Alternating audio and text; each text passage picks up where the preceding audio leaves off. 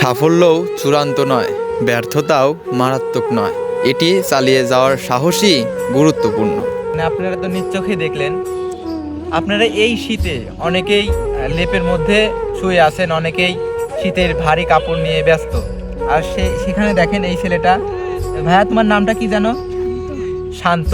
তো শান্ত নামের এই ছোট ভাইটা দেখেন হাত নেই, তোমার হাতটা দেখাও তো, এটা এই যে হাত নেই, ঠিক আছে, তারপরেও পেঁয়াজ লাগানো কাজ করছে এই শীতের মধ্যেও।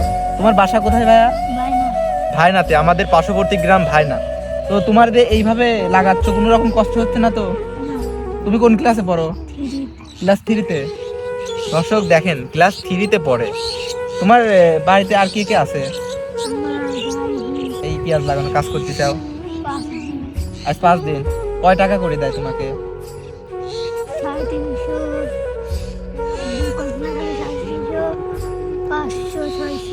দর্শক দেখেন, 300-350 টাকার বিনিময়ে এই ছোট ভাইটা কি করছে। পুরুষ মানুষ আর পুরুষ মানুষের জীবন যতটা সহজ ভাবেন ততটা সহজ নয়। এখান থেকে যেটা বুঝতে পারলাম, খাদ্য, বস্ত্র, বাসস্থান, শিক্ষা, চিকিৎসা ও নিরাপত্তা সবারই প্রয়োজন। এই ছোট ভাইকে রেসপেক্ট না দিয়ে থাকতেই পারলাম না। যেখানে আমরা অনেক টাকা অপচয় করি বা বিভিন্ন কাজে নষ্ট করে ফেলি, আর এই ছোট ভাইটার দিকে একটু তাকান, ওর বয়সটা কতই হয়েছে।